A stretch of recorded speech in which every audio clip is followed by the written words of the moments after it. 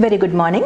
I am Dr. Tanjul Saxena, Principal, Mahatma Gandhi College of Hospital Administration, and the topic that I'll be talking about is situational leadership, leadership styles on the basis of situational leadership theory. So dear friends, it's very interesting to know in the last about more than 500 years, different theories of leadership have come up. Theories are still emerging. For example, we have theories known as invisible leadership, we have theories known as the crisis leadership, we have theories known as catastrophic leadership. And if you look at the textbooks, there are hundreds of theories available there, starting from trait theory, behavioral theories, theories with respect to production houses, and many other kinds of theories. It's interesting to note different types of organizations, especially sectors, require different kind of leaderships. But most people have consensus on one particular point, and that is a leader is one person who can be the right kind of person in the right kind of situation.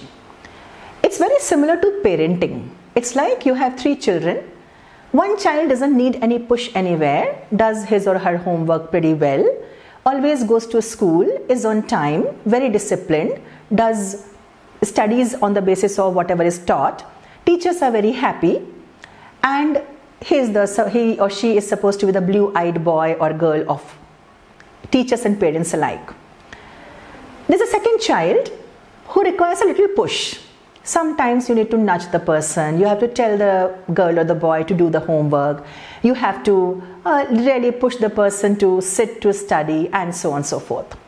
And there's a third kind of a person, third child in the family, who is very fond of playing but doesn't really appreciate that there's a balance required between studies and playing as well.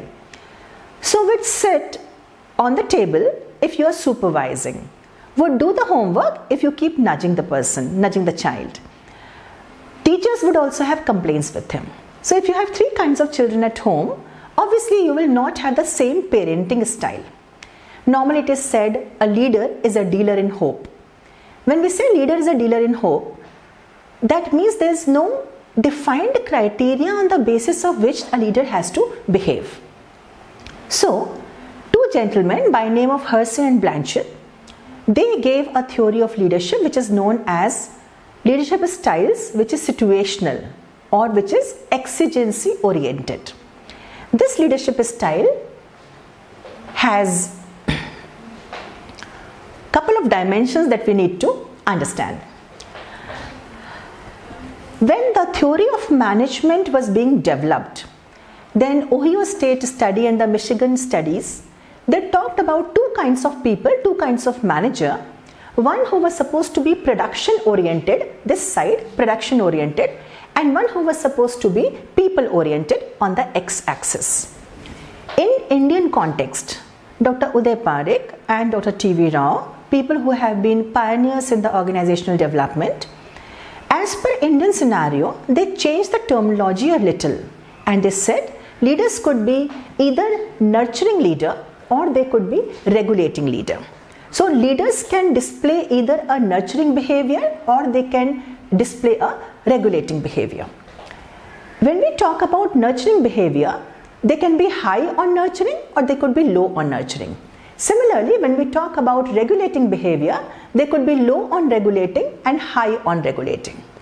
So if you look at the combinations, of these 2 types, these 2 dimensions of the x or y axis of leadership, you will find there is first kind of leadership which is S1, which is high regulating, so HR, and low nurturing, so LN. Similarly, you have S2 style of leadership which is high regulation, high nurturing.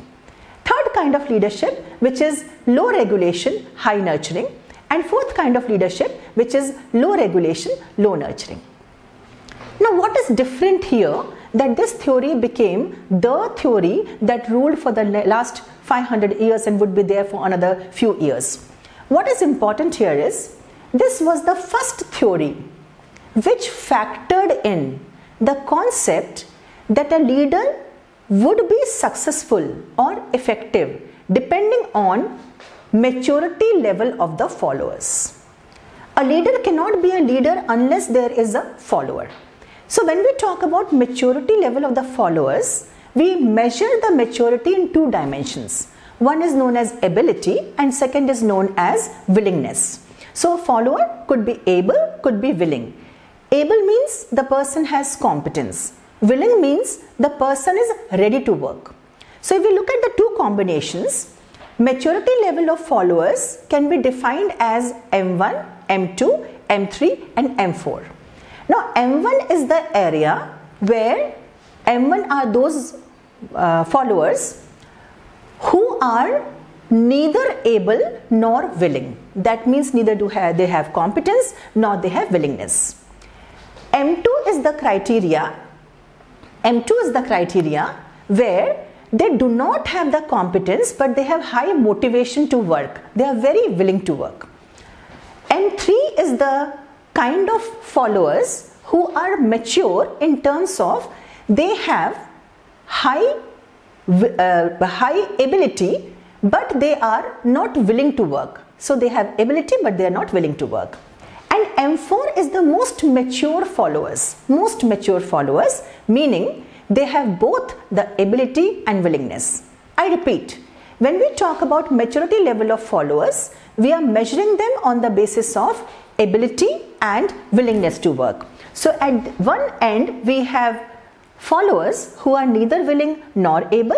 At the other end we have followers who are both willing and able. Now, Hersey and Blanchard in their theory said, depending on the kind of followers we have, we should take up a leadership style. For instance, if our followers are M1 type, neither willing nor able, so what do you have to do? Certainly, our objective is productivity. People need to produce, people need to be productive, people need to work, people need to give results. If people need to give results, we initially don't have to bother about nurturing. We only have to regulate. So you have to regulate people. It's more like an autocratic leader. You have to tell them what to do. Do this, do that, so that people start working. The nurturing part will follow later. But if our followers, they do not have the competence, but they are willing to work, what kind of people we require? We require leaders who are S2 type. S2 type leaders means high on regulation and high on nurturing. Now you must be wondering, if they are already willing, why do we need a high nurturing leader? We require a high nurturing leader because high regulation means they do not know how to work. So you have to tell them, you have to give them instructions, you have to regulate them. But since they do not know, they do not have competence, they are bound to be failures, they are bound to be rejections, they are bound to be disappointments.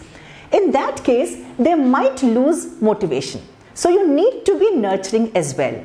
High nurturing, high regulation would be the kind of leadership required for M2 kind of followers. Coming to M3 type of followers. Now M3 is the kind who have the ability but somehow have lost motivation. They have given up. They are dejected. They are disappointed people. So what do we do? In such cases, we need to have S3 kind of leadership. Now if you look at S3, it is low on regulation and high on nurturing. Low on regulation because regulation is not needed. People already know what to do, how to do. They are competent enough, they are qualified, they have the knowledge, they have skills, they have competence. They really do not need any kind of hand holding. What they require is a lot of nurturing. So we need a kind of leader who really nurtures. Then the final kind of followers. Now the final kind of followers are both high on regulation and high on nurturing. Now since they are high on both, you really don't need to monitor them. The leader doesn't have to do anything. Just leave them on their own and they would work. Now one of the fundamental problems is a leader will not have just one kind of subordinate. A leader would actually have many subordinates under him or her, and they would have all kinds of subordinates. So what does the leader do? Now here is the catch. When Hersey and Blanchard said situational leadership, like a parent who tries to change the parenting style with each kind of child. Similarly, a leader has to change the leadership style with each kind of follower. Another important thing that we need to understand, normally people say this is autocratic leadership, this is consultative leadership, this is democratic leadership, and this is laissez-faire or free rein leadership. Now what we have to appreciate here is, not in many conditions leaders are blessed with this kind of subordinate. Now if leaders are not blessed with this kind of subordinate, still a leader is following this kind of a leadership style, this basically means the person or the leader is failing in his or her duty of leadership. If your followers are not that mature that they are competent as well as willing, they do not require any regulation or nurturing, but still you provide laissez-faire kind of leadership, you are practically disowning your leadership role. So the idea is, be a leader who understands people's psychology, followers' psychology, and like a parent, decide whether you want to be this kind of leader, this kind of leader, this kind of leader, or this kind of a leader. And with different kinds of followers, we must practice different type of leaderships. Thank you.